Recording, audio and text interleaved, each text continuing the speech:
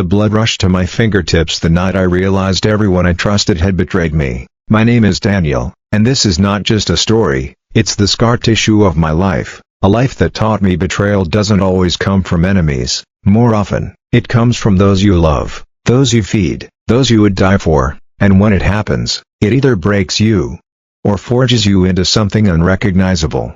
I wasn't born into privilege. My earliest memories are of a cramped house with leaky ceilings, a kitchen that always smelled faintly of burnt toast, and parents who carried exhaustion on their faces like permanent tattoos. My father worked double shifts at a factory where machines roared louder than his voice ever did at home. My mother stitched clothes for neighbors, counted coins at the end of the week, and always said the same thing before bed: "One day, Daniel, all this hard work will pay off." I believed her. I held on to those words like scripture.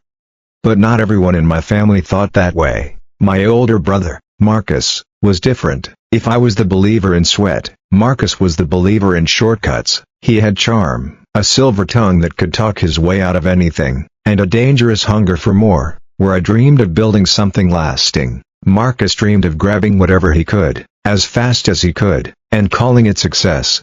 It would have been fine if he had walked his path and I walked mine, but in our family, he was the golden child. My parents admired his boldness, his recklessness disguised his courage. They brushed off his failures, covered his debts, and often looked at me and said, "Why can't you be more like your brother?"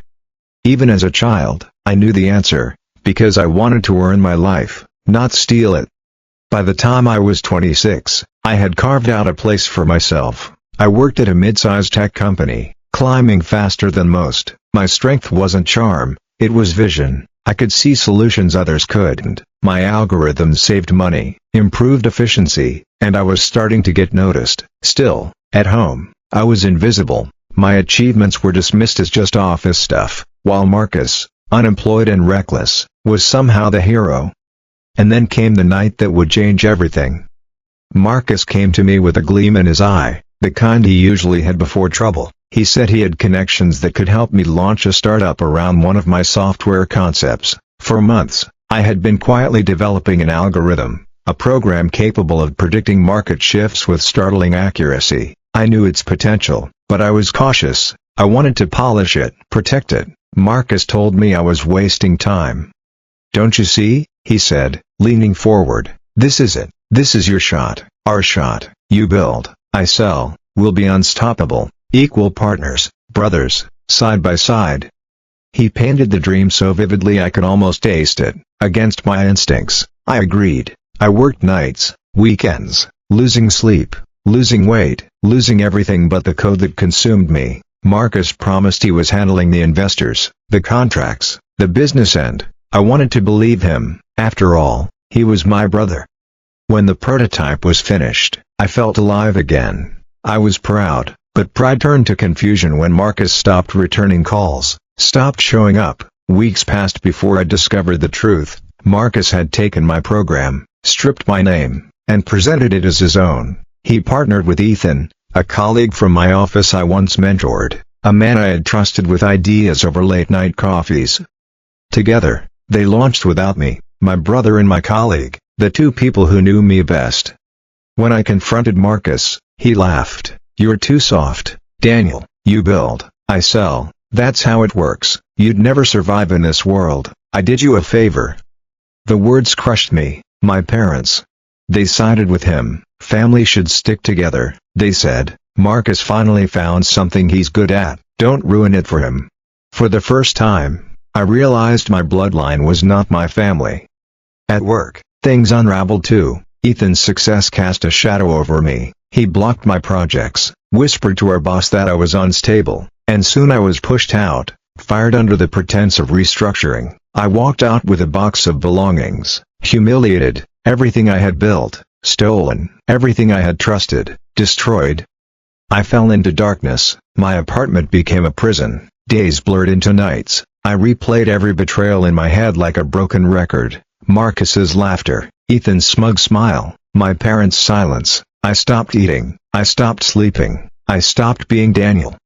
But here's the truth about rock bottom, it's solid ground. Once you hit it, you can either stay there, or you can build.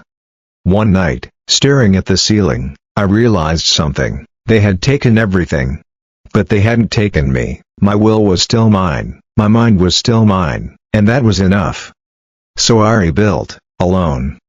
I studied harder than ever. I rewrote my program from scratch, but sharper, faster, untouchable. I taught myself business strategy, marketing, negotiations. I read until my eyes burned, until my body begged for rest I refused to give. I sold what little I owned, downsized to bare survival, and pitched investors relentlessly. Door after door slammed shut. People called me crazy, obsessed, broken.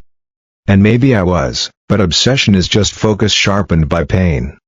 Finally, one investor listened, a small firm, hungry for risk. They gave me just enough funding to start. I named my company Iron Sight, because I had learned to see everything clearly, without illusions. The beginning was brutal. I worked 16-hour days. I lived off instant noodles and coffee. I lost friends, not that I had many left. Marcus and Ethan mocked me publicly, calling Iron Sight a cheap imitation of their empire, but quietly, our product outperformed theirs. Clients noticed. Within a year, we had traction. Within 2, we had momentum. Investors who once ignored me now begged for entry. Iron Sight grew from a fragile idea into a fortress. Meanwhile, Marcus and Ethan's company began to falter. Their technology, built on stolen foundations, couldn't keep up. Their lies caught up with them. Investors pulled out, clients fled. And then came the day Marcus showed up at my office. He looked smaller somehow, his swagger replaced by desperation. He begged for partnership, for forgiveness, for a moment. The boy in me, the brother, wanted to listen, but then I remembered his laughter, the betrayal that burned like acid in my veins. I leaned forward and said, "You wanted me to be the guy who builds while you sell? Well, I built an empire, and you have nothing left to sell." I watched him leave, shoulders hunched, broken. Ethan fared no better. His reputation collapsed, his name blacklisted. The industry that once praised him now spat on him. I didn't need to destroy them, they destroyed themselves. I simply survived long enough to watch. Iron Sight became a global leader. I went from a man erased to a man impossible to ignore. But my victory wasn't just in numbers or money. My victory was in knowing that betrayal did not define me. My scars did, and scars are proof you healed.